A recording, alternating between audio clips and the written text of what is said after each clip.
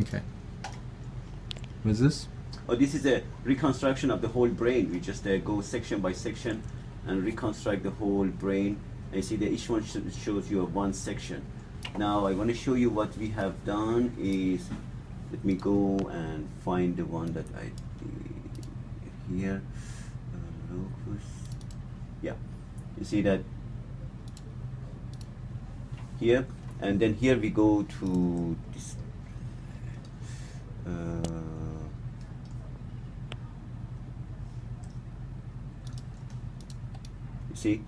You see what in each section, each one of those, this is a structure of locus coeruleus area that makes a lot of norepinephrine for the brain. Which means what? Which means that they make norepinephrine, they make a very specific neurotransmitters for memory. Norepinephrine affects memory? Right, they make it for hippocampus. And then these are the cells that every individual has to go, you know, we sectioned it, one section, you see that? One section, two section, three section, and then each one of them we go and then find these cells and then click on in each individual cells. And once you click on each individual cell, the computer recognizes the location, and once you recognize the location, is able to make it a 3D structure. And I want to show you. So what does norepinephrine do that helps us with memory? Oh, norepinephrine is a very important neurotransmitter that it induces, as what you were saying, neuroplasticity. Once norepinephrine binds to a receptor, induces a lot of other factors activated into neurons, but the eventual incident would be that it significantly help to formation of memory in these cells, and that's why it's a major player in cognition and and memory. And neuroplasticity is basically what? Oh, neuroplasticity is the way that whenever you learn something, there are specific functional and structural changes in these dendrites, and that's what is called neuroplasticity, because it's kind of like a pathway for the neurons to travel. It's a way that the computer is a way that the neuron records information, and that's in response to that. And when the neuron learns something new, it changes its structure, and in response to changing the structure, also there is a change in the function of that neuron. So it physically changes. Yeah, exactly. And then what we do, we use the number of these communications, which are called synapses, and we count the number of synapses, and that's a very good indication whether there is a good improvement in the memory in this individual or not. And then I wanted to show you here.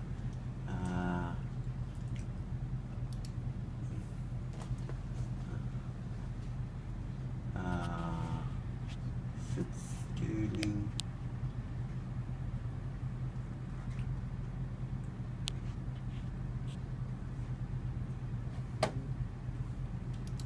Yeah, I think.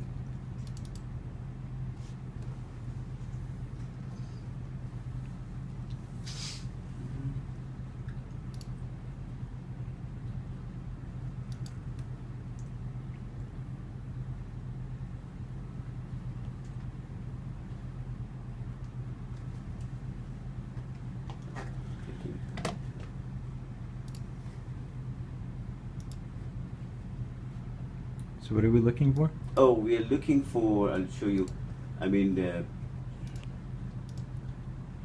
I want to show you how can we rebuild these structures. I'll show you. So we're rebuilding brain models? Right. I mean, if you go and open,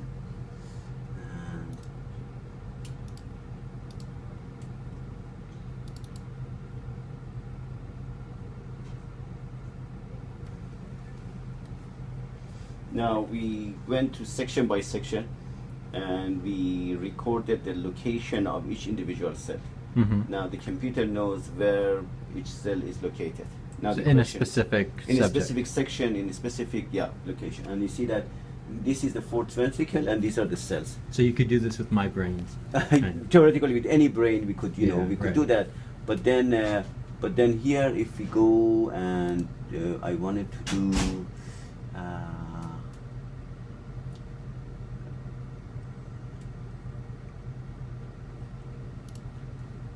Wanted to turn it for you.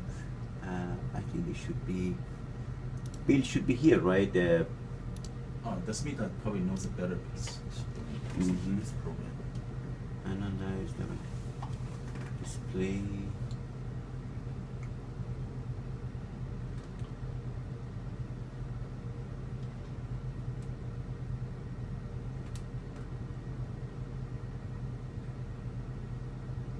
If you go up here, you see that in location. You see now every individual cell has been detected. What we have to do is a very tedious work, because you have to get this mouse and extract the brain and then fix it and then cut it, and then each section you has to be stained. And then once you stain them, then you bring them here, and then on each one of them you have to find this area which is fourth ventricle, and then go and find these cells individually, and then locate these individual cells.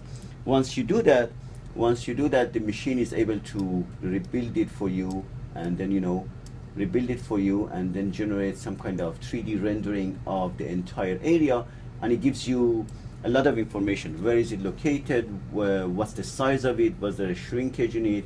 Is there significant loss of the number of these cells? Or We're talking about neurons, right? neurons, right. And you're saying all this cutting and dissection, it's done 3D in cyberspace? We do it 2D, but the machine is able to, once you put them together, because the machine is connected to a motorized stage, is able to speculate a 3D structure. Are you dissecting the mice Yes. in real life? Or no, I mean real life, meaning that we take the brain out. We sacrifice the mouse. We take the brain out. We fix the brain, and then we cut it. And then once you cut the tissue, you go through it, and then section by section, we have to go here and stain them. Okay. And then here we have a machine that allows you to cut it.